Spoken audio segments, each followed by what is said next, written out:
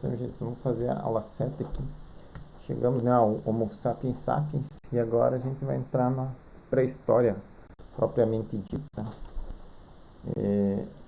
Vendo que a gente vai adotar como 4000, né, antes de Cristo aqui, como pré-história, né, no sentido de que é considerada a data aproximada, né, aproximada da invenção da escrita cuneiforme pelos sumérios. Então, aí, tudo isso que tem antes daqui é pré-história, né? Que vai ser dividido entre paleolítico e neolítico. E algumas divisões ainda usam o termo mesolítico, que seria uma intersecção aqui. Mas o paleolítico seria a pedra antiga, né? No sentido lítico, pedra. E aqui o paleo antiga. E o neolítico seria a pedra nova, ou pedra lascada e pedra polida, né? Que são os materiais que eles usam para fazer as ferramentas deles. Aqui o marco inicial, né, seria na espécie Homo, aqui, né, que é o mais aceito, digamos assim, o paleolítico, digamos assim. Então, todos aqueles ancestrais que a gente tem antes do Homo aqui, vamos adotar esse 2.500, 2 milhões e 500 anos atrás aqui, né? Isso aqui seria antes do Neolítico, os australopitecos, tudo aquilo que eu falei lá, daqueles ancestrais lá diferentes. Seria os que não são enquadrados no gênero Homo ainda, né? Que teria aqueles outros gêneros lá, Ardipithecus, australopitecos. Eles não são considerados dentro do Neolítico, seriam como se do Paleolítico, aliás. Seriam como se fosse ainda outra, uma pré-história, né? Seria, vamos chamar assim. Mas o Paleolítico seria quando os homens começam a usar os utensílios de pedra lascada, né? Seria a da marca dele ali, seria o marco inicial, isso. Usando os utensílios da pedra lascada. E isso acontece com o aparecimento do gênero Homo, né? Que é o Homo habilis. Por isso que ele é classificado como Homo habilis, né? Ele tem a habilidade de usar esses utensílios de pedra lascada, essas ferramentas. Então, isso aqui a gente adotaria como o marco inicial do Neolítico, né? Um tempo bem longínquo, de 2 milhões e 500 anos atrás. E esse Homo habilis seria o que inauguraria, né, o Paleolítico. Aqui, 1.800.000 anos atrás, o surgimento do Homo erectus, né? Que seria aquele com a postura mais ereta lá, que a gente viu na aula passada. Aí, 1.750, as primeiras migrações do Homo erectus para regiões fora da África. A gente já acabei falando lá, mas eu não frisei muito, que é a questão de que os cientistas aceitam que a África é o berço da humanidade, né? Que tudo começou na África. A teoria mais aceita pelos cientistas é que a vida começou na África, né?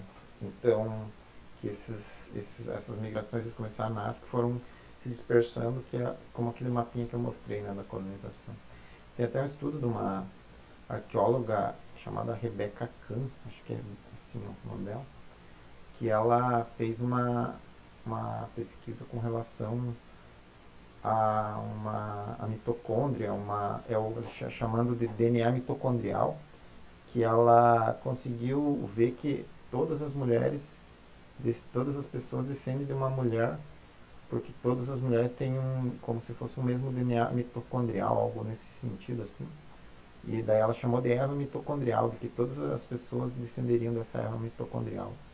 Que daí isso aqui se aproximou um pouco da teoria criacionista, né, que fala que existiu uma Adão e Eva, né, que seria um patriarca e uma matriarca de todas as pessoas. Só que aproximou bastante, né, que quando eles descobriram, acabaram admitindo que existiu uma Eva, né, mas aí a diferença é que eles acreditam que essa Eva mitocondrial ela é da África, né, enquanto a Eva do Antigo Testamento lá é considerada no Jardim do Éden, né? Não se sabe muito ao certo o que é considerado o Jardim do Éden, mas seria ali no Oriente Médio, ali, né? No Oriente Próximo, que chama, que não seria alguns acreditam até que seria na Mesopotâmia ali, né? Então, mas não seria na África, né? Mas isso diverge um pouco. Mas então é essa questão que a África seria o berço da humanidade, né? Que tudo começaria aqui. Aí, 250 mil anos atrás, os Homo erectus manipulou o fogo, né? Aí 200 mil anos atrás os primeiros Homo sapiens se desenvolvem na África, que são os de nossa espécie já. E aí 1000 anos atrás, humanos anatomicamente semelhantes atuais deixam o continente africano. Homo sapiens sapiens já. 50 mil anos atrás, grande parte do planeta já está povoado pelo ser humano, né? Ele já está se expandindo ali. E aí 12 mil anos atrás, que seria a marca do Neolítico aqui, né? A agricultura, começa a revolução agrícola, né? Eles começam a domesticar os animais. Formação das primeiras aldeias. Aqui seria a transição, né? Do Paleolítico, e aqui seria o fim. Enfim, alguns adaptam 10 mil também como o início aqui, mas é por aí, né? Entre 10 a 10, de 12 a 10 ali, no máximo 8, que seria a revolução agrícola.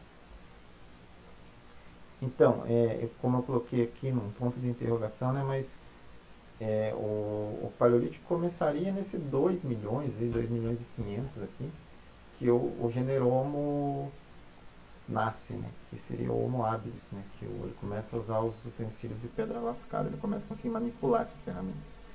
Então isso seria o termo inicial, né? O marco inicial do Paleolítico. 2 milhões ou 2 milhões e 500. E eu coloquei essa interrogação, né? Porque de 2 milhões e 2 milhões e 500 vai ficar muito vago, né? Mas é por aí. Assim, essas datas assim, ficam muito remotas, né? Por serem muito longínquas. Mas é algo nesse sentido, né? Que o termo inicial, o marco inicial adotado aqui seria 2 milhões e 500 ou 2 mil milhões. Daí a gente iria até 30 mil, né? No Paleolítico inferior, né? Nessa classificação que Paleolítico inferior e Paleolítico superior. Daí o superior iria do 30 mil até o 10 mil a.C. Né? Daí aqui teria a Revolução Agrícola, como eu falei. Esse pode ser 12 mil, pode ser 10 mil, mas é por aqui também que vai ser a Revolução Agrícola. Alguns materiais falam 12, alguns falam 10, mas não vai ser muito diferente, né? Porque é por causa dessa datação aqui que é muito complicado. Aí coloquei, né, que os pesquisadores dão o nome de Paleolítico, né, pedra antiga ou pedra lascada, ao longo período que vai do aparecimento do gênero Homo, lá, do Homo habilis, né, cerca de 2 milhões de anos, quando os hominídeos começaram a fabricar diversos utensílios de pedra até o início da agricultura, né, 10 mil anos. Os primeiros humanos viviam principalmente da caça e da coleta de frutos, né. Tem até um texto bem clássico que eu li em História Antiga, que comecei lendo esse texto, primeiro texto de todos, de História Antiga, que é Caçadores e Coletores, né. Ele fala, né, que é uma questão também de que o homem, não só por causa da força física, né, ele caçava, mas também porque as mulheres levavam as crianças, né, e aí elas precisavam, para caçar, tem que ficar quieta, né, não pode espantar a caça, o animal, e aí as crianças poderiam fazer barulho e tal, e espantar a caça, e esses dois fatores foram determinantes para que o homem caçasse, né, e a mulher fosse lá coletar os frutos, né. E depois a gente vai ver ali, né, só dando um spoiler, que a mulher vai derrubar, né, alguns frutos na terra, né, e esses frutos vão crescer, né, e aí elas vão ver que dá para semear, e aí isso que vai gerar a revolução agrícola depois, né, só dando um spoiler aqui, que isso vem diretamente do fato de que foi uma mulher que conseguiu, né, entender que, opa, a gente pode começar a cultivar então, né, não só colher os frutos, a gente pode começar a cultivar aqui. E aí isso daí vai ter várias consequências, né? Que vai ser o nomadismo acabar ali, eles começam a ser mais sedentário, né? E isso aí vai gerar até a própria nascimento das cidades ali, né? Depois da chamada civilização ali. Então daí eu coloquei, é provável que tenham passado no decorrer de milhares de anos depredadores de pequenos animais para caçadores de grandes mamíferos, como rinocerontes e elefantes. Vivem em acampamentos provisórios no interior de cavernas ou a céu aberto. Isso daqui se caracteriza o nomadismo, né, o homem do Paleolítico era nômade. E aqui também a gente vê que quando ele começa a caçar aqui os grandes mamíferos, são aqueles bisões, né, os mamutes, são gigantes, e rinocerontes, elefantes também, ele vai ter que se organizar com os outros, né? Porque ele não consegue sozinho, com aquelas ferramentas bem rudimentares, derrubar um mamute daquele tamanho, né? E aí só que ele vai ter que se aliar, né, com os da aldeia dele ali, e para conseguir caçar aqueles animais gigantes, né? Porque sozinho um homem com uma ferramenta daquela lá fica muito difícil, né? Provavelmente morre diante de um mamute daquele tamanho. Com o tempo, alguns grupos começaram a construir moradias simples, estruturadas com madeira ou ossos e cobertos com peles. Eram nômades, né? E deslocavam-se de uma região para outra. Não domesticavam ainda os animais e também não praticavam agricultura, isso que é a grande característica.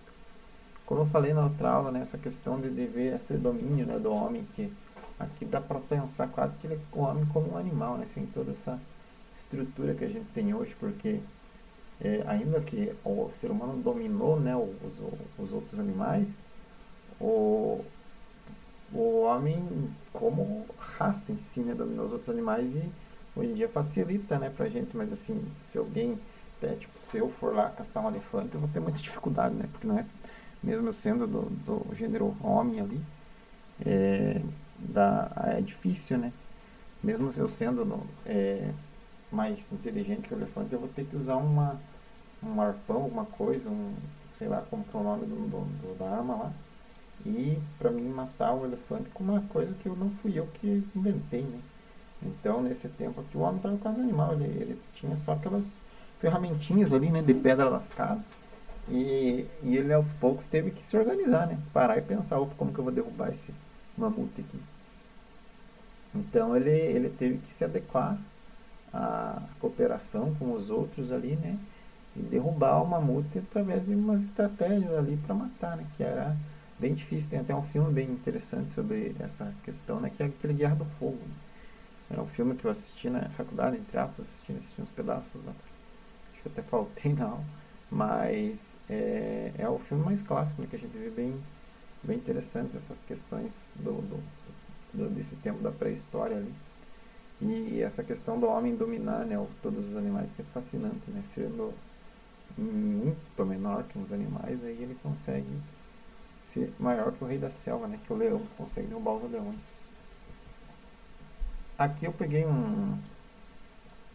uma divisão desse paleolítico superior e inferior e eu dei uma olhada nesse material, apesar de ser um nome bem estranho, né? Cola da Web, nesse site. Eu achei boa essa divisão que ele fez, assim. E não está assim muito fora da realidade. Gostei da divisão dele, vou usar aqui. Vou dar o crédito, né, pro Renan Bardini, que fez e ele colocou nesse site, Cola da Web. Que, apesar, né, eu dei uma pesquisada para mim sobre essa questão do paleolítico superior e inferior. E aí achei alguns livros até em inglês, mas daí acabei não querendo ler inglês, não sei muito inglês, mas aí preferi dar uma olhada na internet, jogando ali no Google para ver essa divisão, né, em si, desse paleolítico inferior e superior e qual que é a classificação que diferencia. E dando uma olhada assim, até gostei dessa classificação que ele colocou aqui. Então, o paleolítico inferior, do grego paleos, né, antigo litos, que a gente já falou, é o período mais longo da pré-história. Ele vai abranger a fase das glaciações, aqui, né, isso aqui está muito interligado ao período paleolítico, quando baixas prolongadas da temperatura provocaram a expansão da calota polar, alterando profundamente o clima do hemisfério norte. A América do Sul também sofreu glaciações, mas antes que o homem não se fixasse. Os geólogos identificam 4 glaciações no hemisfério norte. Elas começaram cerca de 600 mil anos atrás, se prolongaram intercaladas com longos períodos mais cálidos, até perto de 10 mil anos. As glaciações acabaram só aqui, né? Então essa glaciação a gente vê no filme Era do Gelo, né? Que é um filme bem característico sobre isso. Mas só depois desse 10 mil aqui que acabou, né? Que ela não teve paz para viver sem essas quedas de temperatura bruscas e essas glaciações. Durante as épocas glaciais, os ancestrais atuais do homem atual obrigavam-se em cavernas, né? E viviam basicamente da caça. Às vezes a escassez de alimento os obrigava ao nomadismo. Eles tinham que se adaptar, né? Porque essa escassez de alimento e essas temperaturas, eles tinham que tentar ver aonde que eles conseguiriam ir, né? E aonde que eles conseguiriam ficar bem sem morrer. É uma Isso aqui é bem complexo, né? E bem interessante de ver, né? Que a luta do homem no Paleolítico é diária, né? Tipo, para sobreviver, vai ter que buscar seu alimento diariamente, né? A gente nessa era de 2000, né? Depois de Cristo já, né? A gente já está vivendo uma coisa totalmente diferente, né? Mas é interessante pensar, né, que eles teriam que todo dia estar ali caçando, todo dia estar ali coletando, todo dia estar vendo aonde que é o lugar melhor para não passar frio, não morrer de frio, né? A luta diária para a sobrevivência deles aqui é bem interessante, né? Que daí depois que a gente vai ver que eles, com a Revolução Agrícola, tranquiliza um pouco, né? Então, aí, aqui é aquela questão, né, para bater os grandes mamíferos dessas fases de baixas temperaturas, os homens começaram a organizar-se, né, que eu coloquei ali, que era difícil para eles estabelecer laços de cooperação, que eles dependiam da sobrevivência da própria espécie. Eles tinham que se unir, né, porque um carinha ali com uma ferramenta de pedra lascada ali não vai conseguir derrubar uma mamute, né, que é muito grande, os mamutes, os rinocerontes, todos esses mamíferos gigantes ali. O maior passo dado pelo homem no Paleolítico inferior foi a utilização do fogo, né, que lhe permitiu aquecer, subter a iluminação à noite e afastar animais ferozes e cozer alimentos. Esse grande avanço se deu ao Homo erectus. Inicialmente, os homens procuravam conservar o fogo provocado por causas naturais, né, queda de um raio sobre uma árvore, incêndio florestal. E isso aqui, daí 500 antes de Cristo, né, eles passaram a desenvolver técnicas para produzir o fogo. O fogo foi elemento essencial, né, que também para afastar os animais, né, que ele coloca aqui, que os animais viam o fogo, né, eles não entendiam muito, e aí isso aqui era uma das proteções, acredito que uma das mais importantes, né, porque o tamanho daquelas feras ali, eles jogados na floresta era difícil, né. Aí, além da iluminação, né, do próprio aquecimento, os primeiros utensílios de pedra eram muito simples, né, tem o nome de pedra lascada dado ao período paleolítico. Com o decorrer do tempo, esse instrumental tornou-se mais elaborado, inclusive com a adição de componentes de madeira. As armas evoluíram, né, surgindo lanças, facas e machadinhos. Com a expansão do grupo dos humanos, começou a gerar conflitos. Os artefatos de caça foram adaptados pela guerra. À medida que vai passando o tempo, cada vez vai ficando mais conflituoso. As guerras vão aparecendo, porque quando vive na própria aldeia, ele não tem por que ter guerra, né? Só vai ter guerra só com a própria família, né? Vai ter só as brigas ali familiares. Mas daí, à medida que vão cooperando, também vão cooperando, um não coopera, né? Aí vão se desentendendo e vai começando as guerras. No final do Paleolítico Inferior, os homens de Neandertal começaram a sepultar os mortos nas cavernas ou em suas proximidades. Alimentos e armas eram enterrados com o corpo, denotando algum tipo de crença ligada ao sobrenatural. Uma coisa que eu falei, né, na aula passada, né, que seria uma questão mais filosófica em si, mas quando o homem está ali, né, e de repente ele depara com a morte, né, que é um fenômeno assim, que ele está ali vivendo com a sua família e de repente alguém morre, né, ele não tem a compreensão assim, da morte, né, o que ele pensa na hora que vê alguém morrendo, né. É uma questão de que aí ele já se aliar ao sobrenatural, né, porque já não está dentro do entendimento dele. Então aqui já fica uma questão bem interessante para pensar, né? Como que esses homens entendiam a morte, o que eles pensavam que era, que né? Daí eles já colocavam umas alimentos e armas, né? Junto com os corpos enterrados e já demonstravam, né, uma ligação religiosa aqui, né? Que para entender a morte, né? Não tem como, nem hoje a gente entende direito. Então imagine eles, né? Começando a caminhada humana na Terra, e como que eles entenderiam. É interessante pensar nesse momento em si, né? De quando que é o chamado memento mori, né? Eles falam em latim, o momento que você se depara, que você é mortal, né? Você olha a morte e vê, nossa. Era muito usado naquele próprio o tema Carpe Diem, né? Aproveite seu dia, que você para e pensa assim, se hoje for o meu último dia, né? Então tem que aproveitar o dia, que é o memento mori, né? Você vê, e hoje em dia, né? Nossa, com esse momento terrível que a gente está passando aqui, né? Até eu também tive triste, né? Eu tive esse tempo agora para dar aula também, porque daí não, para evitar também, né, de ficar saindo, tentar não aglomerar e tentar fazer o máximo possível para que acabe esse momento terrível aí que da humanidade que a gente está passando. Mas a gente se depara aí, né, com a finitude da vida, a gente se depara, muito triste falar, né, muito hoje, ver tanta gente morrendo, ver 3 mil pessoas morrendo, 3 mil histórias, 3 mil famílias por dia, às vezes 4 mil. E a gente para pensar, né, até tipo assim, eu pensei também de vendo o quanto o país está afundado em fake news, em assim, coisa que não tem cabimento nenhum, né? Triste, é triste, é um momento bem triste que aproveitei, como eu sou formado em História também, mas eu estou me formando em Direito agora, né? Estou indo para o último período, no semestre que vem.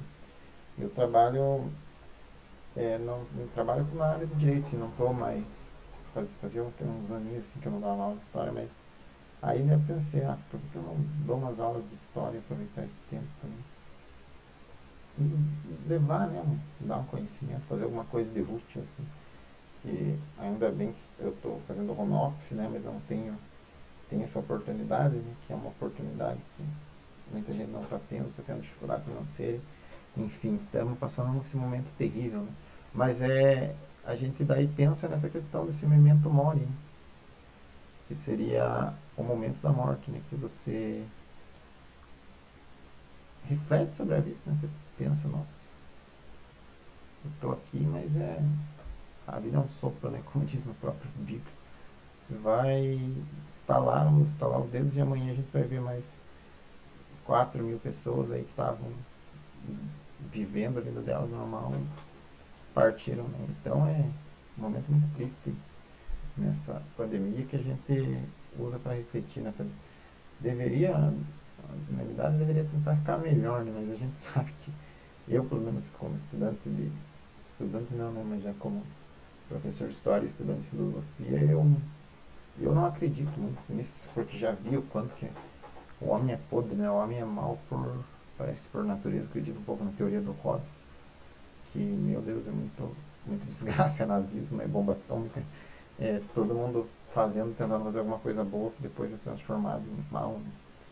Como a questão da ciência, né? Que o, a, a, a ciência foi produzida para tentando mudar todos os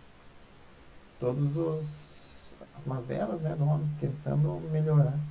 E aí depois foi usada, né, por Hitler para produzir mais mortes em menos tempo, né, que daí ele fazia naquelas câmaras de gás lá e foi uma tecnocracia, uma tecnologia que ele usava para matar, né? E aí o próprio teoria da relatividade do Einstein também, né, a cisão dos nuclear, né, a fissão nuclear. Aí ele tentou fazer para melhorar a vida do ser humano e os caras usaram já para matar mais gente. Então é complicado. Esperar, a gente esperaria, né, que depois dessa pandemia a humanidade melhorasse, mas eu acho difícil particularmente, que a tendência é que o homem piore cada vez mais, né? Mas é essa questão dessa reflexão, né, que fica desse memento mori, né, falando sobre o homem das cavernas, que quando ele se depara com esse momento da morte, né, mas a gente pensando no nosso mundo aí também é interessante, né, aproveitar essas aulas de história são para isso, né, também, que senão a história ficar lá naquele passado longínquo, se a gente não parar para pensar e refletir para alguma coisa de hoje, também acho meio inútil, né? Que ou não usando aquele termo do Cícero, né, que era a história a magistra vitae, que a história é a mestra da vida, né, no sentido de que ele falava que o, um povo deveria estudar história para aprender com os erros dos outros, e depois até o século XIX o pessoal usou de novo, né, renovou esse pensamento, né, da história mestra da vida, que deveriam olhar para o passado para aprender com os erros. E ainda tem gente que fala com relação a Hitler, né, que o Hitler atacou a Rússia no inverno, né? Ele não lembrou que o Napoleão tinha atacado a Rússia no inverno. E então ele cometeu esse erro crasso aí, né? De não ver que o Napoleão atacou a Rússia no inverno e perdeu a guerra por isso, né? Que a batalha que foi contra a Rússia no inverno foi a batalha clássica para derrocado, né? Do Terceiro Reich. Ele teve que recuar e aí foi só ladeira abaixo, né? Então, acredito que a história também não seja só para ficar no papel e morto, né? A gente tem que analisar, refletir, analisar os povos passados e tentar, né, tirar algumas impressões. E tem muita coisa, né, interessante para refletir, para pensar e para se inspirar, né, para analisar todas as conjunturas de todos os povos. É muito interessante. Então eu vou fechar essa primeira parte aqui, né, não avançando, já que refletimos bastante. E vou parar aqui, né, nessa hora que os homens de Neandertal estavam enterrando os seus mortos. E vou dar um intervalo aqui, já gravo mais uma parte para não ficar mais